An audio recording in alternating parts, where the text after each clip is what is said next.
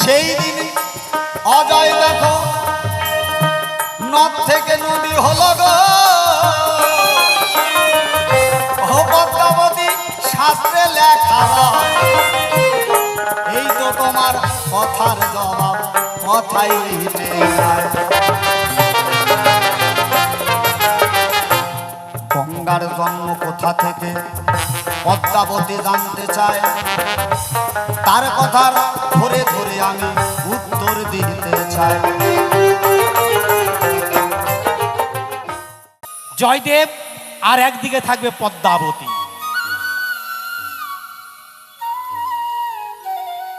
এইবার জয়দেব আর পদ্মাবতী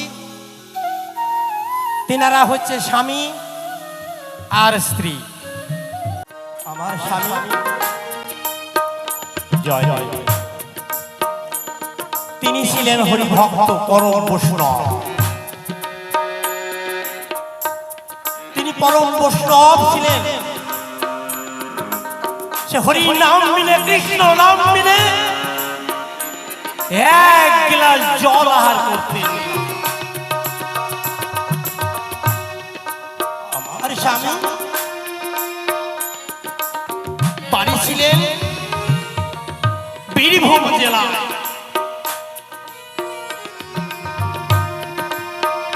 সেইখান থেকে 18 মাইল হেঁটে এসে তিনি ভাগীরথী গঙ্গায় এসে স্নান করতে।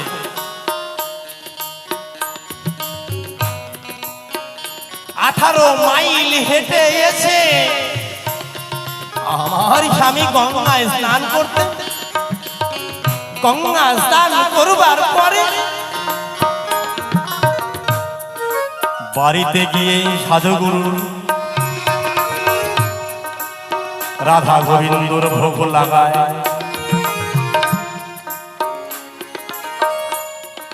রাধা গোবিন্দর ভোগ লাগানোর পরে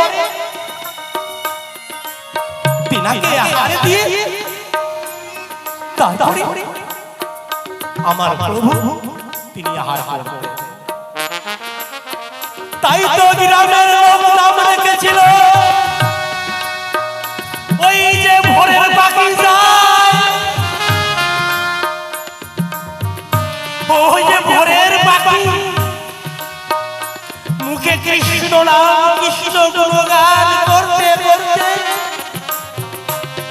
সেই টেন্ডুলি গ্রাম থেকে ভাগীরথী গঙ্গায় গিয়ে স্নান করে।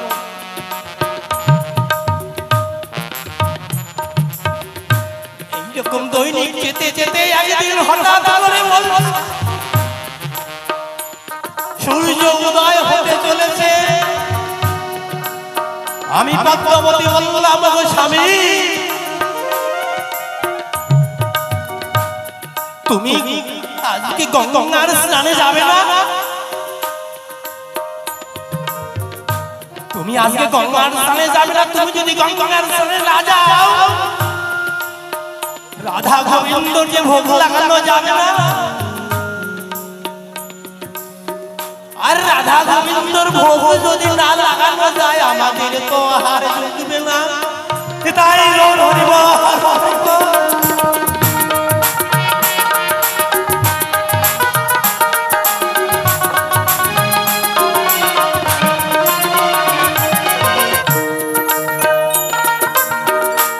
আমার স্বামী বললেন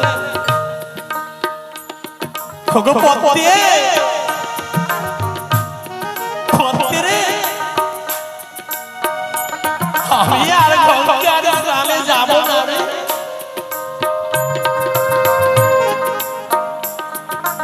আমি আর গঙ্গা স্নান করতে যাব না। বলছে কেন? তোমার কি মাথায় কিছু ঢুকেছে? তুমি যদি গঙ্গার স্নানে না যাও তোমার গান শুনে তোমার ভক্তরা সকালবেলা এই যে হরি গান তুমি মুখে কৃষ্ণ নাম করতে করতে গঙ্গার স্নানে যাও। গঙ্গার স্থানে গিয়ে দেহটাকে শুদ্ধ করেছে। তুমি আবার কৃষ্ণ নাম করতে করতে বীরভূম জেলায়। তোমার কি মাথা খারাপ হয়েছে? কেন যাবে না? বলছি না, আমি গঙ্গার স্নানে আর যেতে পারবো না, কারণ আমার বয়স হয়ে গিয়েছে।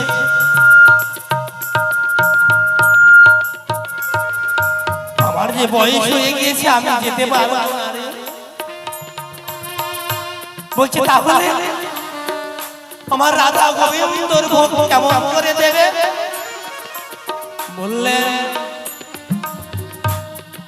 অজয় নদীতে স্নান করে আমি রাধা গোবিন্দর ভোগ হলাম।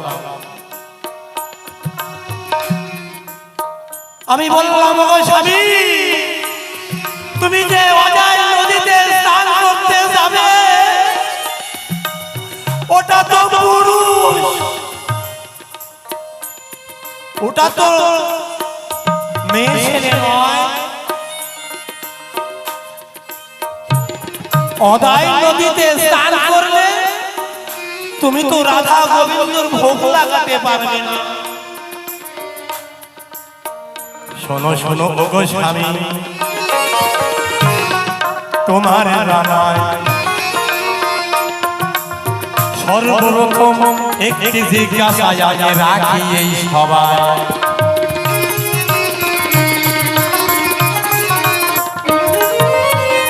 সর্বপ্রথম জিজ্ঞাসা আমি তোমার কাছে রাখছি, গঙ্গার স্নান না করে অজয় নদে যদি স্নান করা যায়, অজয় নদে স্নান করলে রাধা গোবিন্দর ভোগ দেওয়া যায় না, আমি এটা জানি। তাই হৃদয় বল হরি বল হরি বল।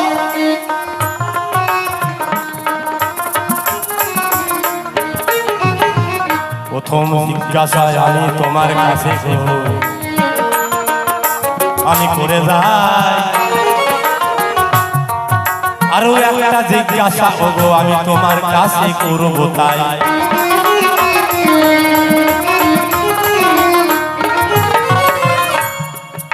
গঙ্গা দেবী,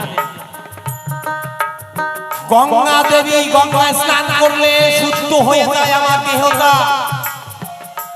তাহলে কোন তিথিতে গঙ্গা দেবী জন্ম নিয়েছে? কি বাবা?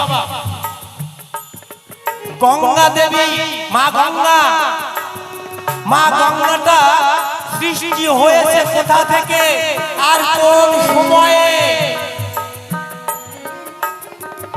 গঙ্গা স্নান করলে নাকি পাপাত্ম হয়। গঙ্গা দেবীর জন্ম কোথায় তুমি বলবে? তাই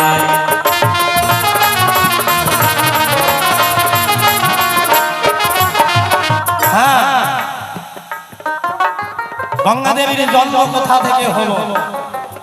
আর গঙ্গা দেবী গঙ্গার জলে স্নান করলে এই দেহ শুদ্ধ হয়ে যায়।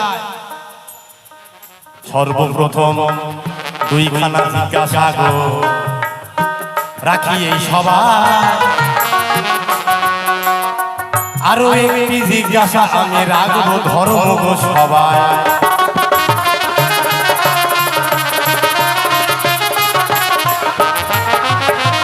শ্রীকৃষ্ণ কালো না? শ্রীকৃষ্ণ মা শ্রীকৃষ্ণ কালো না? শ্রীকৃষ্ণকে তুমি ভজন করো, শ্রীকৃষ্ণকে আমার স্বামী ভজন করে।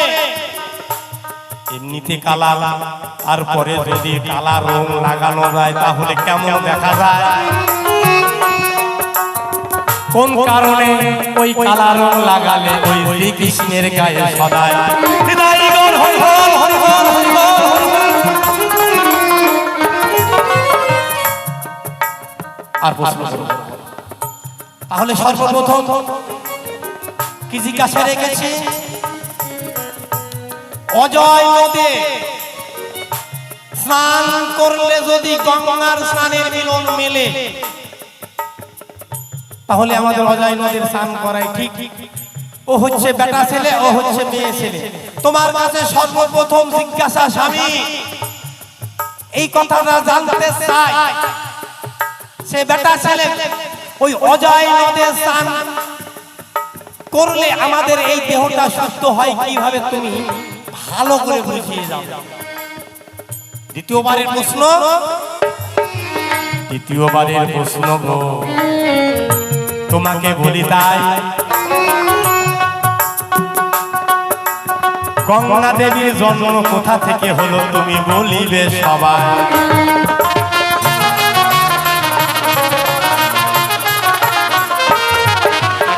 কালো অঙ্গে কালো রং তুমি কেন লাগাও গো?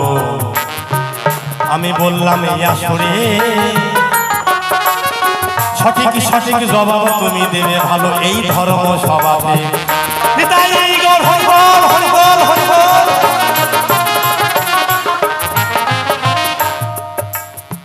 আর বেশি কথা আমি বলবো না, ছেড়ে দিয়ে গেলাম আমি আমার আলোচনা। গানের ছন্দে ভাষায় কথায় বলাই জমাই যদি ভুল হয়ে যায়, অধম রাম সরকারকে তোমরা ক্ষমা করে দেবেন গো সবাই। এইখানেতে রাখি এইখানেতে সারি গো, আমি বলে তাই সবাই মিলে প্রেমানন্দে একবার সাত বদনে গৌর ভব ভাই। হরিবল হরিবল হরিবল হরিবল হরিবল।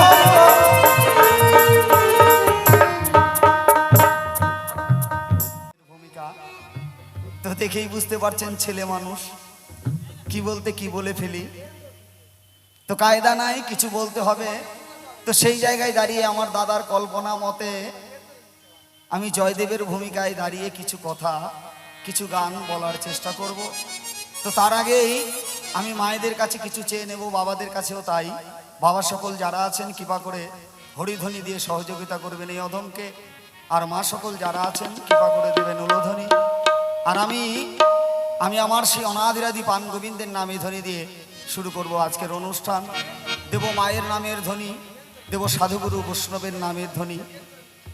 তাই আসুন সকলে মিলে একবার জয়ধ্বনি উলোধ্বনি দিয়ে সাজিয়ে তুলি নবমধুর বৃন্দাবন। জয় গুরু জয় গুরু জয় গুরু।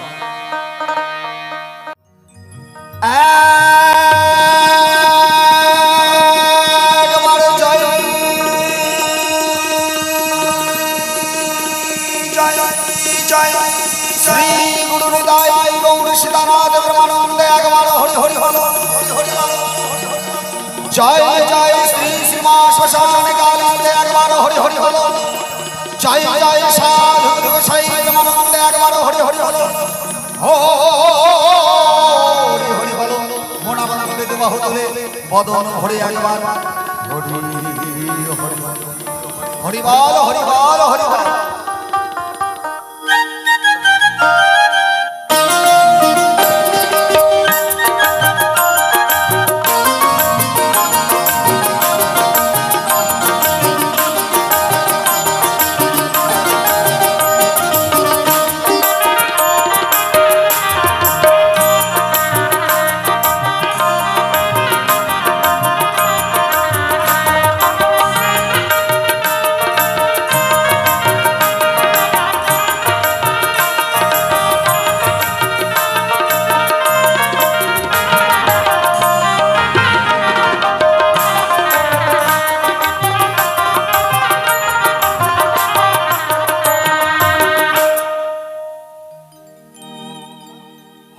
খণ্ডমণ্ডলাকারং ব্রহ্মং যেন চরাচর তদ্দর্শিতং তস্मै শিবগুরবে নমঃ। অজ্ঞানতিমিরান্ধস্য জ্ঞানাঞ্জनं শিলকয়া চক্ষুরং উন্মিলিतं যেন তস্मै শিবগুরবে নমঃ।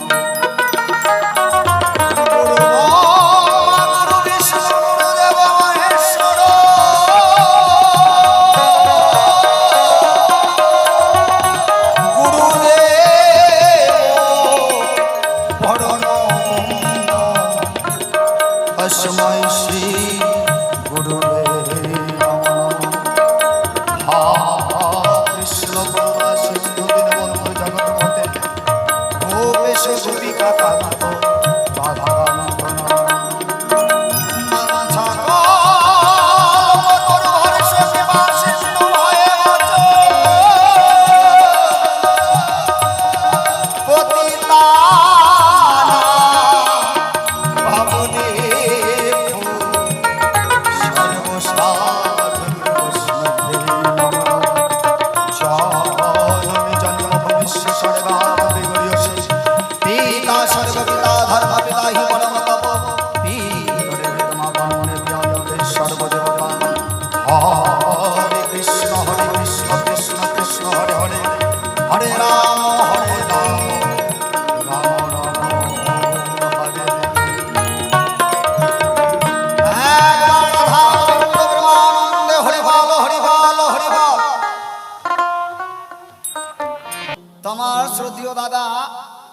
আজকে তিনি পদ্মাবতীর ভূমিকায় দাঁড়িয়ে জিজ্ঞাসা রেখে গেছে, স্বামী তুমি দৈনন্দিন 18 মাইল পায়ে হেঁটে ভাগীরথী গঙ্গায় তুমি স্নান করো, তুমি বলছো যে না আমি আর ভাগীরথীতে স্নান করব না, অজয় নদীতে স্নান করব।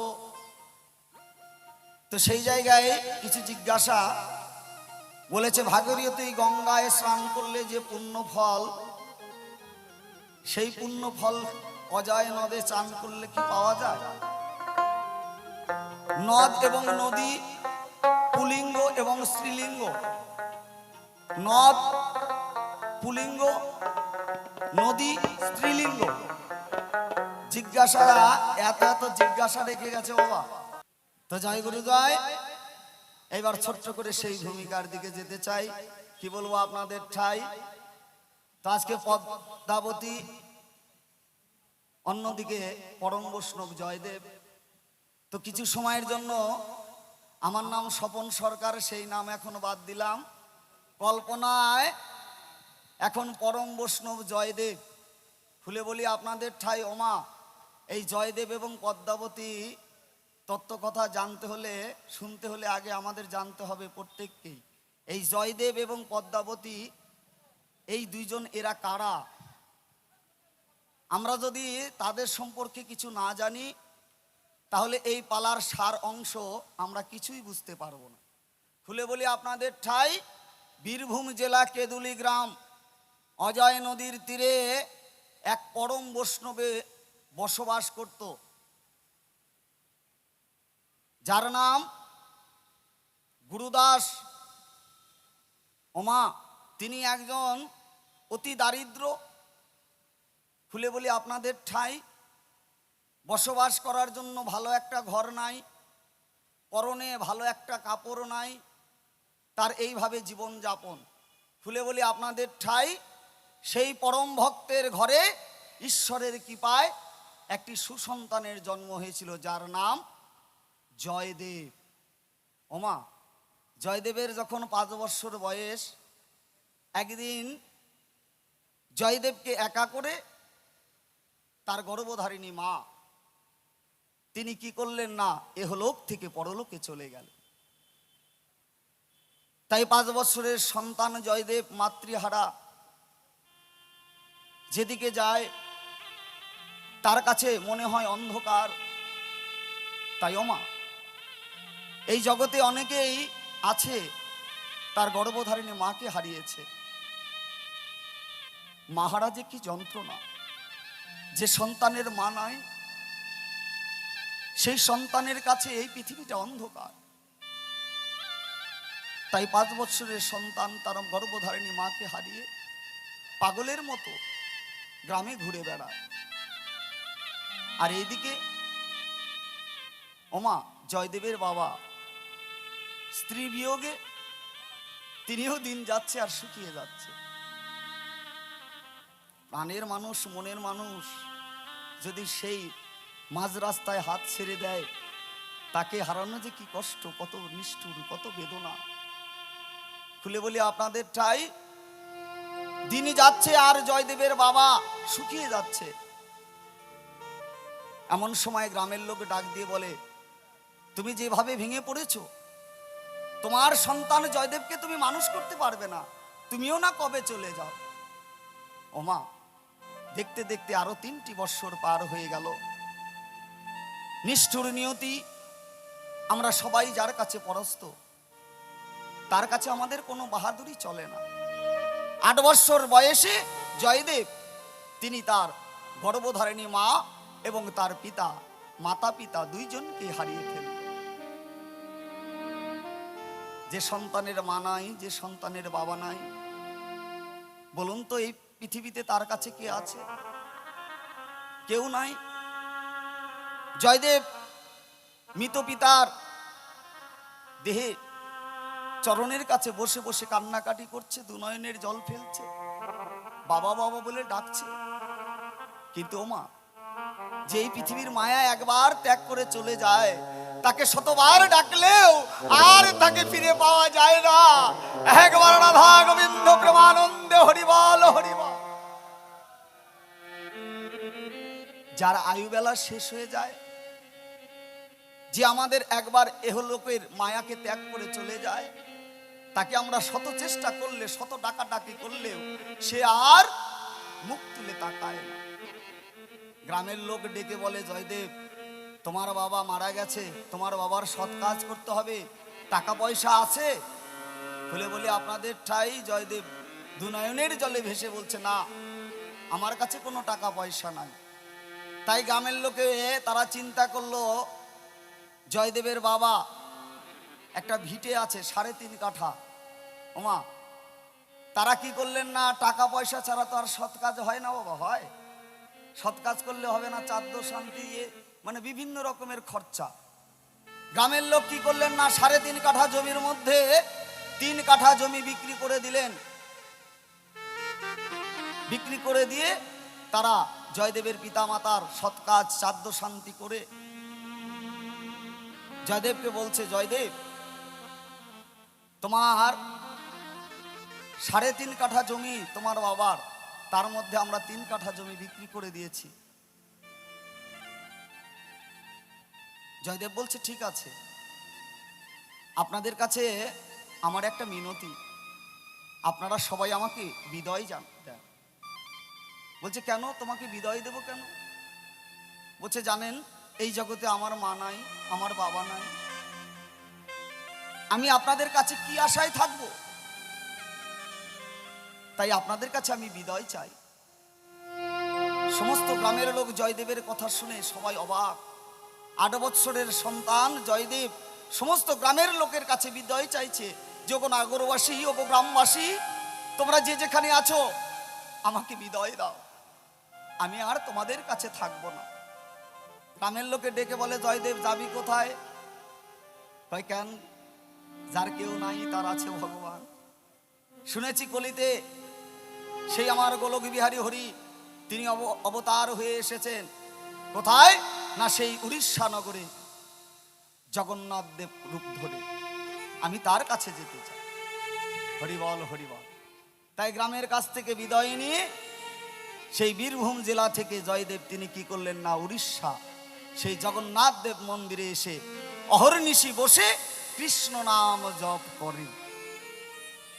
এইদিকে ওমা উড়িষ্যা নগরে দুইজন, একজন ব্রাহ্মণ আর একজন ব্রাহ্মণী, তাদের বিয়ে হয়েছে অনেক দিন হয়, কিন্তু তাদের কোনো সন্তানাদি হয় না। তারা মনে মনে চিন্তা করে, আমাদের মতো অভাগা আর এই পৃথিবীতে নাই। এতদিন হলো আমরা বিয়ে করেছি, আমাদের ঘরের কোনো সন্তান নাই। তাই তারা দুনয়নের জলে ভেসে ভেসে ঈশ্বরের কাছে জানায়, হে ঈশ্বর, জগতে আমাদের সবাই আটখুরা বলে। ওমা, এই জগতে যার সন্তানাদি নাই, যে মায়ের সন্তান হয় না তাকে বাঁধা নারী বলে, যে বাবার সন্তান নাই তাকে আটখুরা কয়।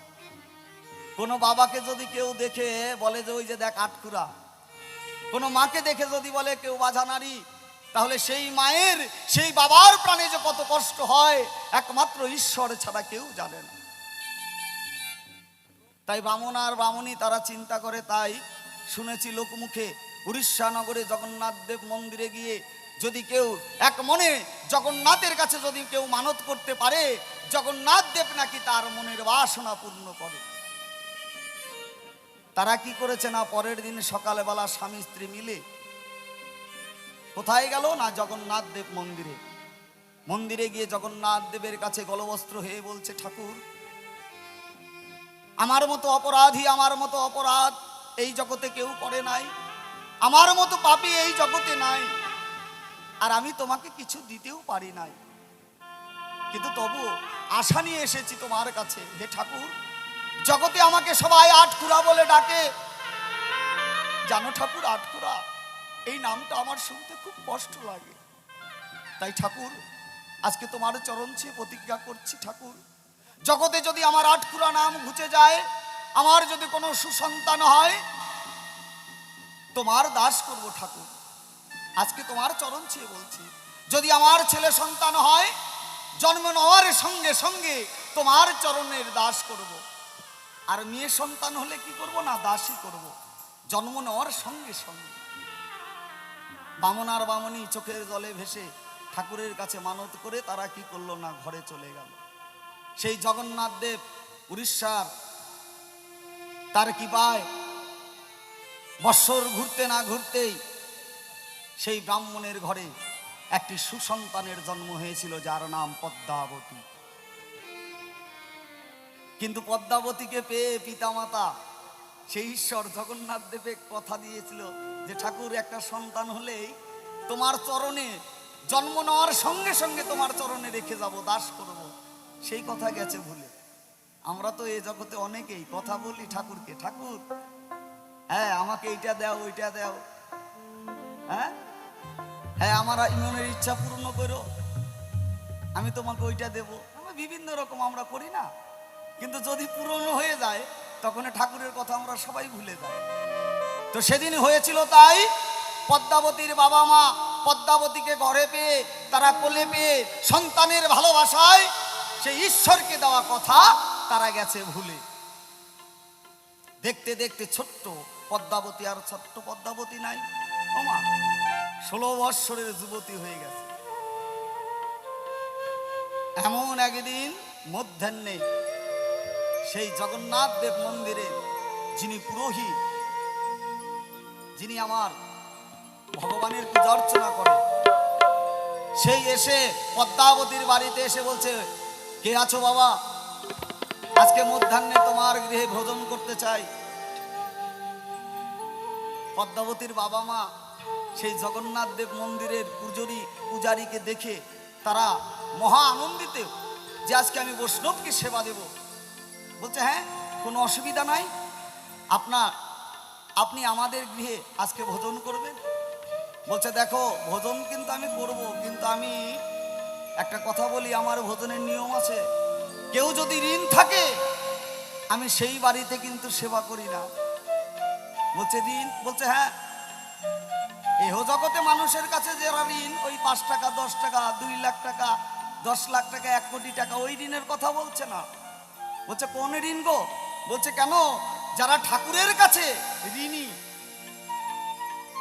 আচ্ছা তুমি কি ঠাকুরের কাছে কোনো ঋণ করেছো? কোনো, যদি তুমি ঋণ থাকো তাহলে তোমার গৃহের সেবা করবো না।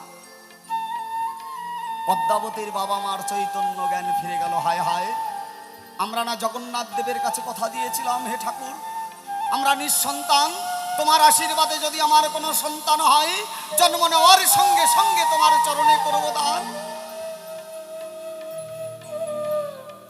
চৈতন্য জ্ঞান ফিরে গেছে, সঙ্গে সঙ্গে তারা আর করে নাই দেরি। 16 বৎসরের কন্যা পদ্মাবতীর হাত ধরে জগন্নাথ দেব মন্দিরে করলো যাত্রা। জগন্নাথ দেব মন্দিরে গিয়ে তারা দুইজনে গলবস্ত্র হয়ে বলছে, ঠাকুর আমাদের বড় ভুল হয়ে গেছে ঠাকুর,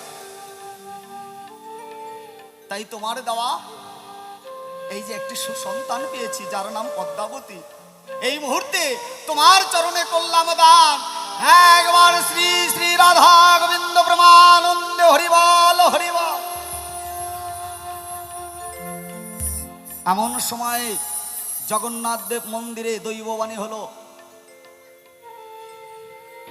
বলছে শোনো, তোমার এই যুবতী কন্যা কার কাছে রেখে যাচ্ছ? হ্যাঁ তুমি দেখতে পাচ্ছ না আমি কাষ্ঠের মূর্তি, আমার হাত নাই পাও নাই, তোমার 16 বৎসরের যুবতী কে পাহারা দেবে? পদ্মাবতীর বাবা মা অবাক হয়ে বলছে, ঠাকুর তাহলে আমরা কি করব? বলছে কেন, ওই যে দেখো আমার এই মন্দিরের সামনে একটা বটবৃক্ষ, সেই বটবৃক্ষের নিচে বসে অহর্নিশি কৃষ্ণ নাম জপছে এক ব্যক্তি, যার নাম জয়দেব। তোমার মেয়েকে সেই জয়দেবের চরণে করো দান।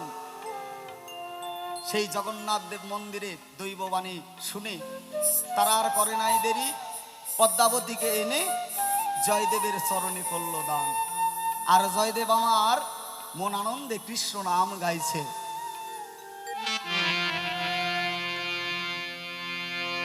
হরে কৃষ্ণ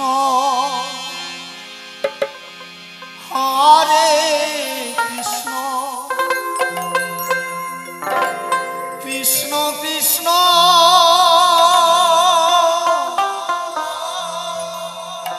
হরে হরে।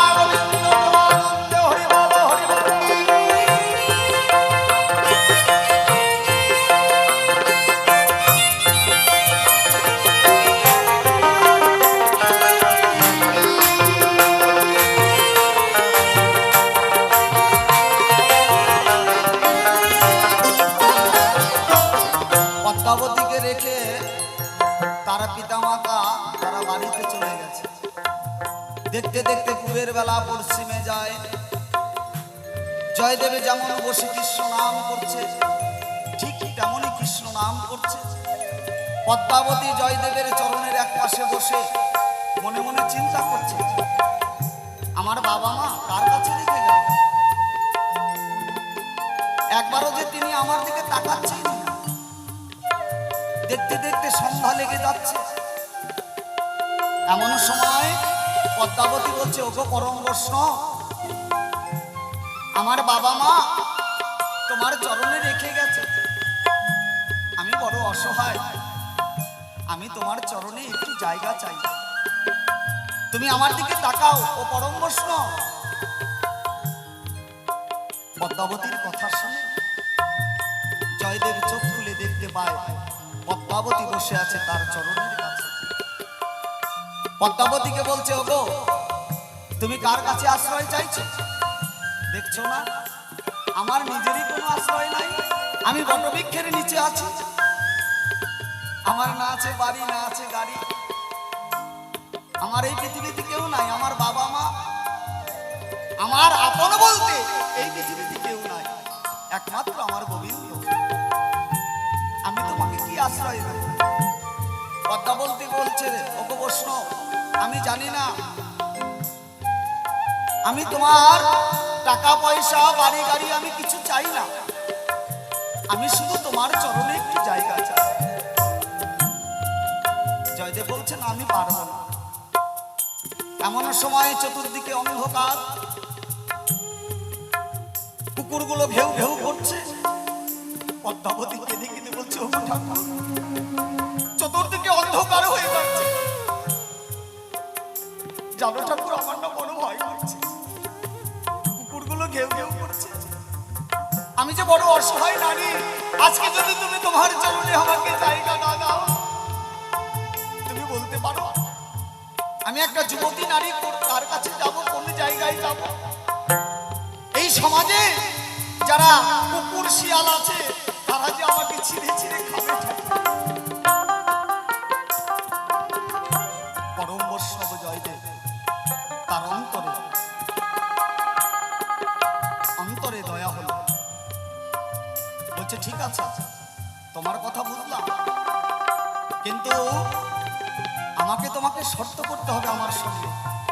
বলছে কি? বলছে, দেখো পদ্মাবতী, আমি তোমাকে আমার চরণে আশ্রয় দিলাম, তুমি আমার সঙ্গে থাকলে, মনে মনে তুমি আমাকে ভালোবেসে ফেললে, হয়তো কোনোদিন এসে আমার কাছে দাবি করতে পারো আমাকে প্রেমিক হিসাবে, আমি কিন্তু তোমার প্রেমিক হতে পারবো না। হয়তো তুমি আমার সঙ্গে থাকছো, আমার ঘরের ঘরণী হওয়ার বাসনা জেগে গেল, আমি কিন্তু তোমাকে আমার ঘরণী করতে পারবো না, আমি তোমাকে বিয়ে করতে পারবো না, আমি তোমাকে ঘরণী করতে পারবো না, তোমাকে প্রেমিকা করতে পারবো না। একমাত্র আমি কৃষ্ণ ভজনা করি, সেই ভজন পথের যদি তুমি সঙ্গী হও, তাহলেই আমি তোমাকে গ্রহণ করতে পারি। সেই দিন কি হলো মা? বৈষ্ণব মতে উড়িষ্যা নগরে জয়দেব এবং পদ্মাবতীর বিয়ে হয়ে গেল। উড়িষ্যায় বৈষ্ণব মতে জয়দেব এবং পদ্মাবতীর বিয়ে হয়ে গেল। খুলে বলি আপনাদেরটাই, বিয়ের পরে পদ্মাবতী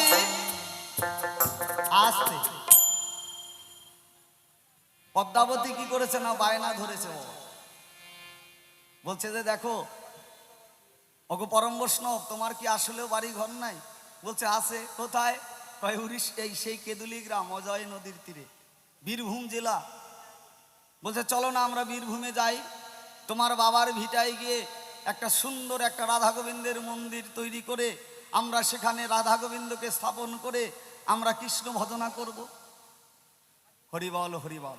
তাই সেদিন পদ্মাবতীর কথায় জয়দেব এবং পদ্মাবতী উড়িষ্যা থেকে আবার ফিরে গেলেন কোথায় না, সেই বীরভূম জেলায়। তো ছোট্ট করে একটি গান গাই, আর গানের ফাঁকে ফাঁকেই তার জিজ্ঞাসার দিকে যাই।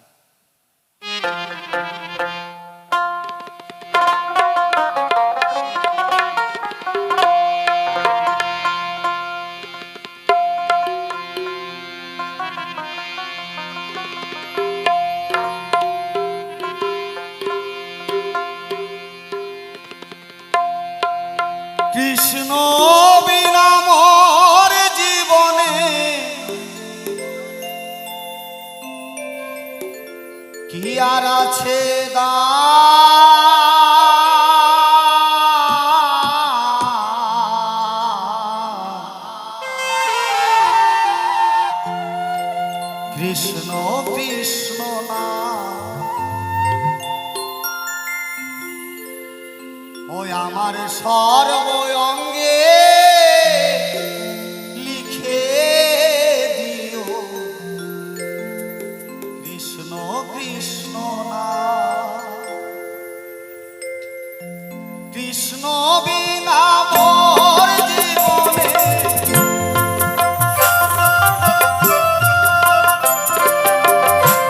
কৃষ্ণ বিনা মোর জীবনে কি আর আছে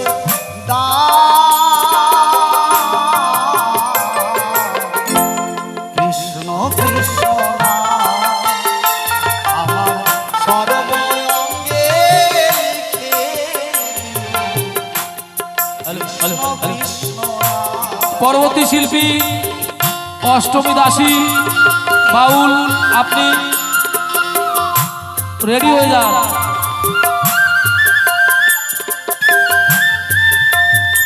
অষ্টমী দাসী বাউল, আপনি রেডি হয়ে মঞ্চের দিকে যান।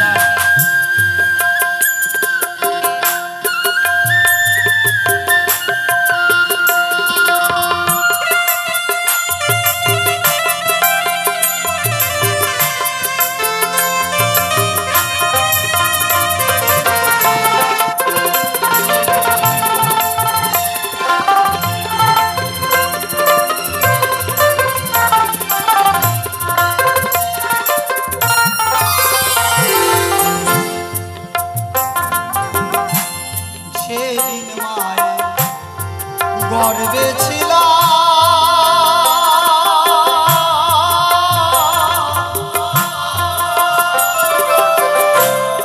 তোমায় কত ঢেকেছিল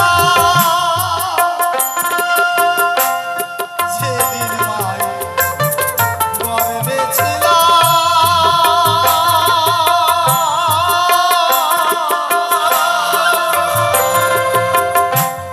তোমায় কত ডেকেছিলাম ওই আমার জন্ম নিয়ে নেই মুখে মাখা এই হরিনাম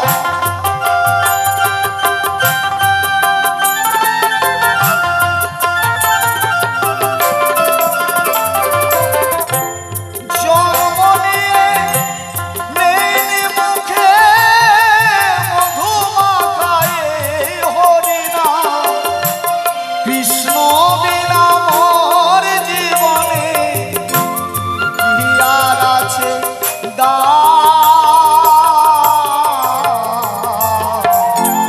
কৃষ্ণ কৃষ্ণ নাম আর কিছুক্ষণের মধ্যেই সর্ব অঙ্গে কুখ্যাত বাউল শিল্পী বাসুদেব রাজবংশী আমাদের মঞ্চে এসে উপস্থিত হবেন। প্রত্যেক বাউল শিল্পীদের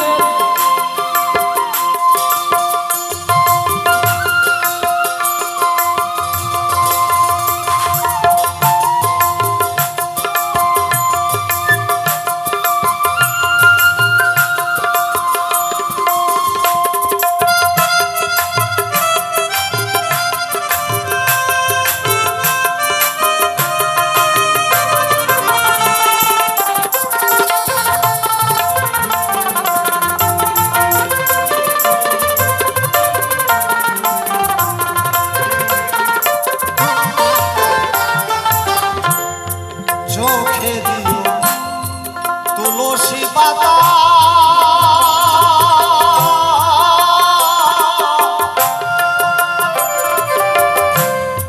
বুকে দিও গীতা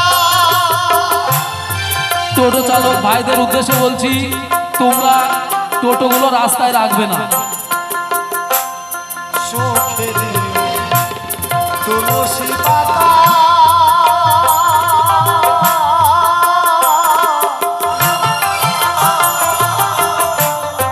বুকে দিও গীতা ও আমার কর্ণমূলে শোনাইও মধু মাখায় হরিনাম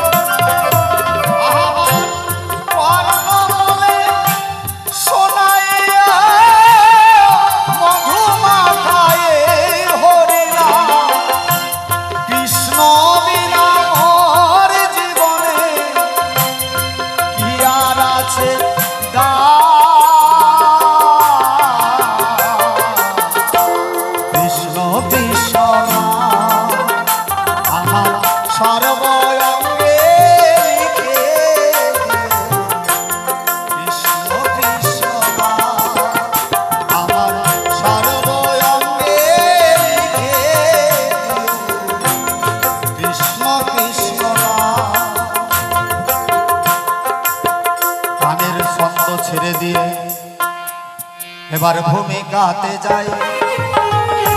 পদ্মাবতীর যাহা কথায় আছে আমি উত্তর দিতে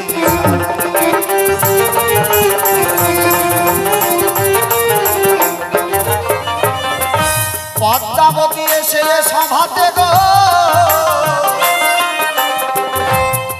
ওই দেখো জানিবারে চায় অজয় নদে চান করলে গঙ্গা নদীর স্নান করার কি ফল পাওয়ায় আমাদের যায়।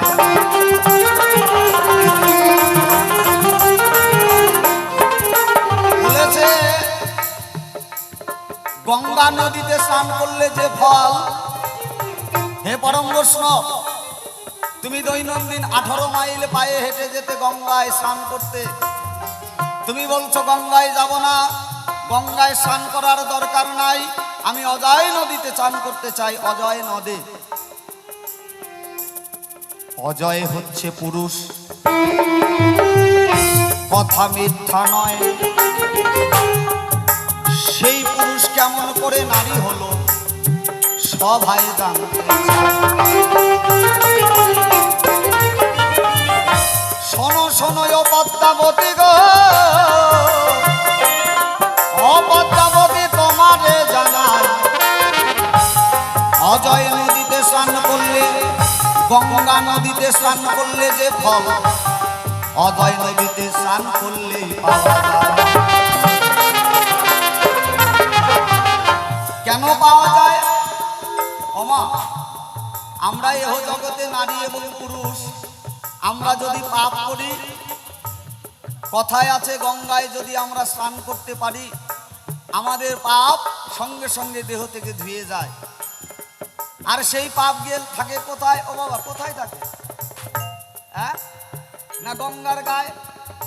আচ্ছা বলুন তো গঙ্গা এত পাপ কি গ্রহণ ধরে রাখতে পারবে? হ্যাঁ না গঙ্গারও পাপ ক্ষয়ের দরকার আছে। তাহলে গঙ্গার পাপ ক্ষয় হয় কোথায়? না যদি গঙ্গা সাধুগুরু বৈষ্ণবের চরণ ধুলি পায়। ওমা যদি গঙ্গায় একবার সাধুগুরু বৈষ্ণবের চরণ ধুলি পায়, চরণ ধুলি পাওয়া মাত্র গঙ্গার গায়ে যত পাপ থাকে পাওয়া মাত্র সঙ্গে সঙ্গে পাপ ধুয়ে যায়। একবার রাধা গোবিন্দ প্রেমানন্দে হরিবল হরিবল।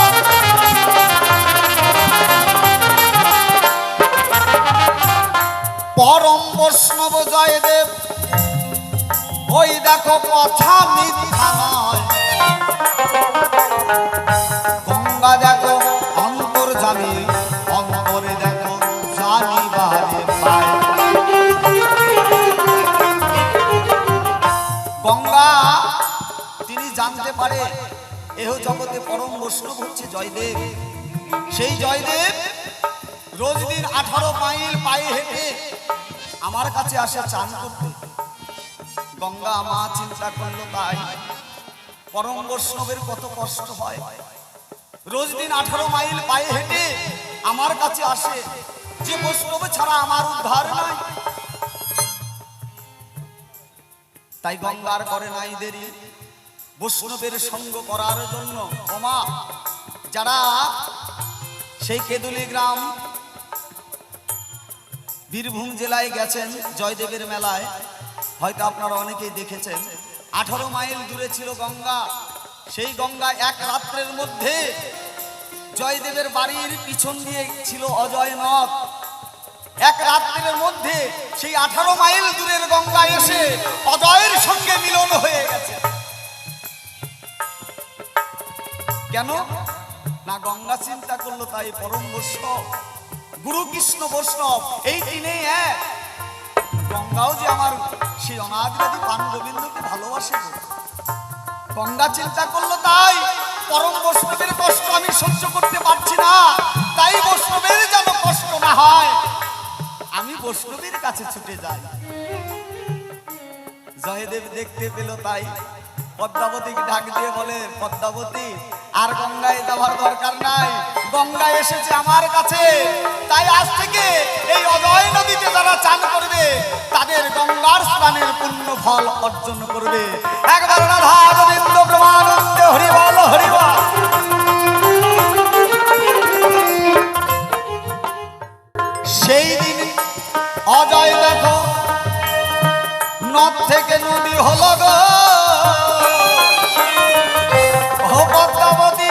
শাস্ত্রে লেখা রয়।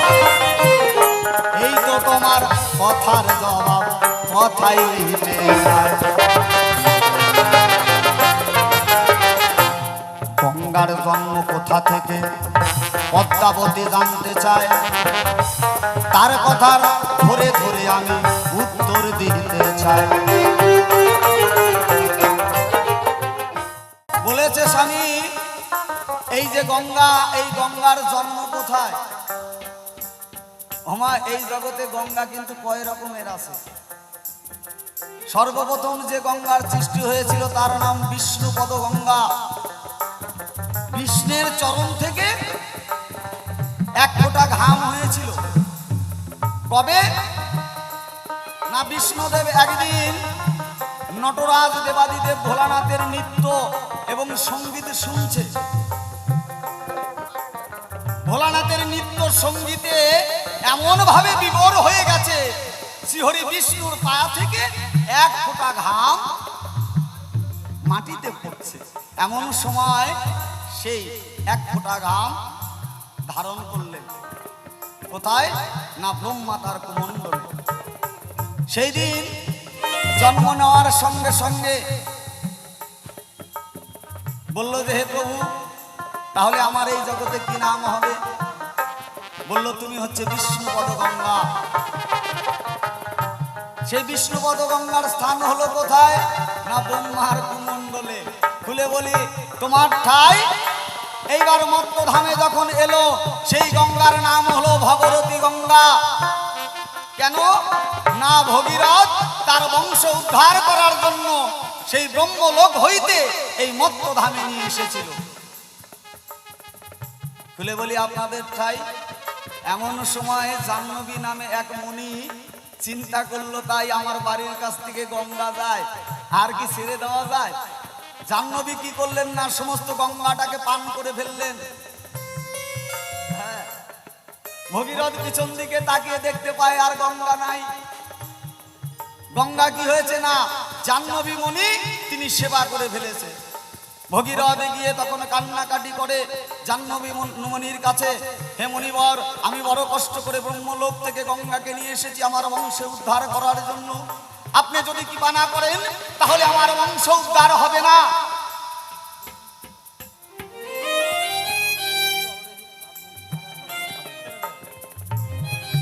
খুলে বলি আপনাদের কাছে, জাহ্নবী মুনি ভগীরথের প্রার্থনা, তার কাতর দেখে তার মনে দয়া হলো। জাহ্নবী কি করলেন না, তার জানু দুই ভাগ করে সেই গঙ্গাকে তার দেহ থেকে বের করে দিলেন। তাই সেদিন এই গঙ্গার নাম হলো জাহ্নবী গঙ্গা। একবার রাধা গোবিন্দ প্রেমানন্দে হরি বল, হরি বল, হরি বল। এই গঙ্গার এক নাম মকর বাহিনী গঙ্গা গো। ও পদ্মাবতী তোমারে জানাই, তুমি কোন গঙ্গার কথা জিজ্ঞাসা করেছ, আমি তাই ভেবে মনে যাই। এই গঙ্গার এক নাম মকর বাহিনী গঙ্গা। গঙ্গা একটা না, বিভিন্ন রকমের গঙ্গা আছে বাবা। তাই যতটুকু সময় কিঞ্চিত করলাম, তার কথার সমাধান কি বলবো আপনাদের কাছে, সময় হাতে বেশি নাই।